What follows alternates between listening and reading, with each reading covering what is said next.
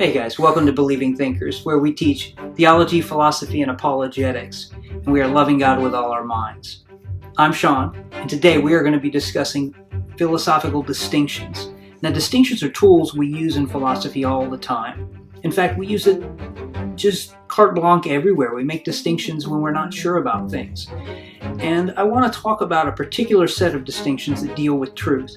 Now, this set of distinctions is known as an a priori, a posteriori distinction. Now, if you've studied philosophy for a while, you may be thinking, well, Sean, I already know this distinction. Stick around, because I really think I'm going to offer you something that you may not have thought about before. Lately, I've seen a lot of mistaken understanding about what these terms mean, and I understand why, and I want to clarify that. So let's get started.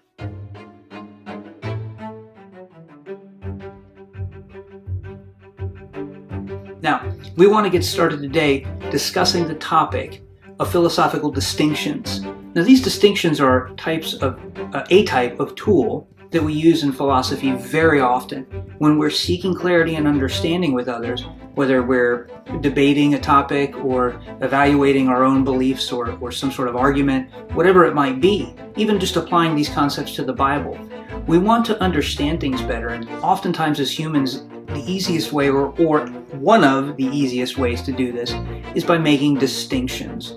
For instance, somebody may say something that's unclear, and we just don't understand what in the world they're talking about because the term they're using is vague. Now, a vague term is a term that has undefined size or borders, if you will.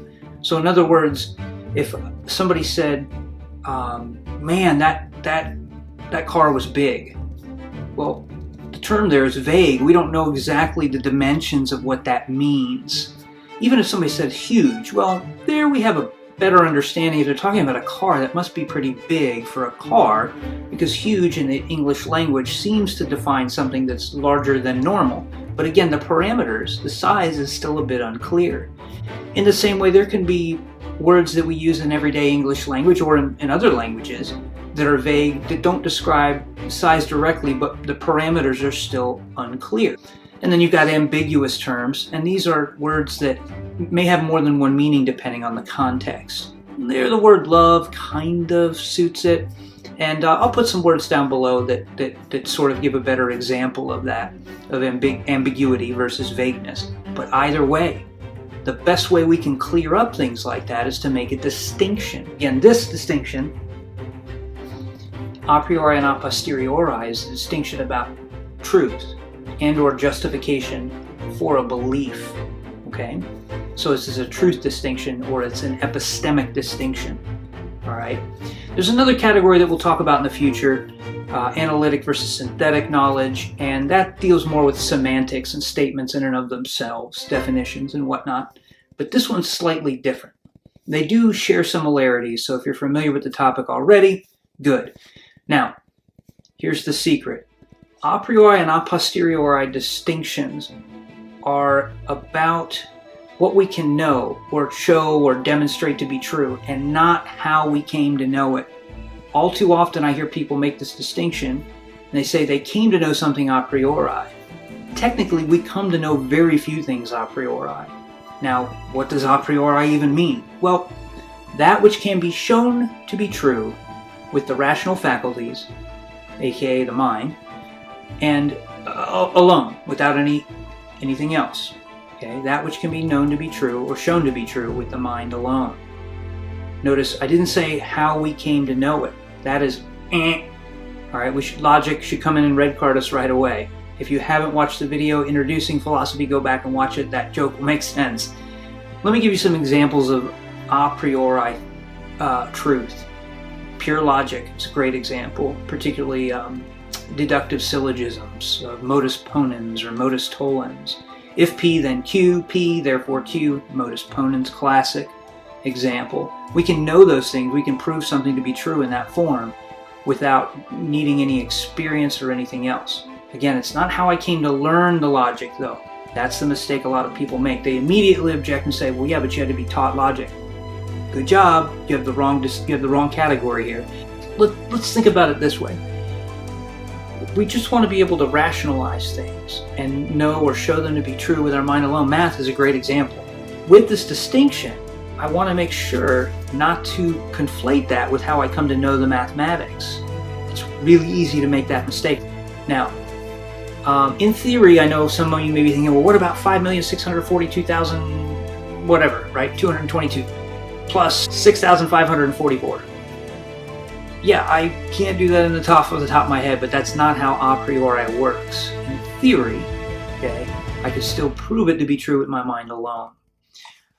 All right, a posteriori then is knowledge that requires experience to show that it is true, all right, or to demonstrate that it's true. Right? Let me give you guys some examples of a posteriori knowledge. Now this is going to be, or truths. This is going to be observations, literally data. People love this when it comes to the sciences. In fact, there are people that will say empirical data is the only evidence that I'll allow in any debate about theology, which is ridiculous because science doesn't only use empirical data. I'm sorry. If you make that statement, you deserve the ridicule you're going to get. So if you've been making it, just stop. It's scientism. It's actually incoherent. All right? It's literally self-refuting. I'm not going to explain that right now, but let me just say, no, that doesn't work. The sciences use mathematics. It's a priori knowledge. It's not based on experience. It's not empirical in that way. So we want to be careful about holding to logical positivism, guys. That ship sailed in the 1930s, 1940s. Observation, testimony. We use testimony all the time. Okay, testimony is not empirical data. One scientist may call another one up and say, hey, did you go do an experiment over there the other day? I need the results and what you think about it, because maybe scientist A isn't an expert in the field and he needs to rely on scientist B to explain to him exactly why the data is acceptable or unacceptable or whatever they should do with it. Doctors all the time do this. Medical journals, a lot of testimony there, guys. Our textbooks, testimony. Yes, granted, the testimony may have used empirical sources to gain that knowledge, and then that person who got it is now sharing the data, but they're doing it via testimony. All right? Don't confuse them there. And then experience. Now, what I mean by experience here is that I would take data, for instance, the sun rose every day in the morning since I can remember, let's say since the age of 6. I can remember pretty much most of my life from the age of 6 on. I'm now in my mid-40s. Therefore, the sun will rise tomorrow. Yes, there is some obvious observational data going on there. All right, we can call that empirical. But I'm relying on a history of this to arrive at an inductive conclusion about the probability that the sun is going to rise the next day. So I'm using experience, just the experience of being a dad that I have. And somebody may say, well, why'd you make that decision to let your son or daughter do X? And I say, well, because of experience, right? So that's, it depends on what we mean. And again, we can get really metaphysical quick with what we mean by experience. I don't want to go into the weeds there too much. Hopefully that's clear. If not, leave me a comment down below and let's try to work that out and clarify, make a distinction. So hopefully that makes sense that we want to make the distinction here.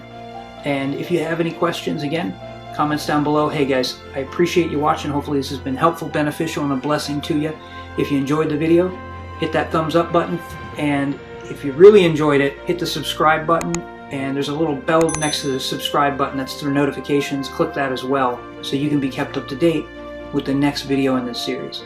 Alright, well I hope this has been helpful. Trust me, we're going to be using it soon in another video that Erica's doing. Hey guys, God bless, take care, and we'll see you soon.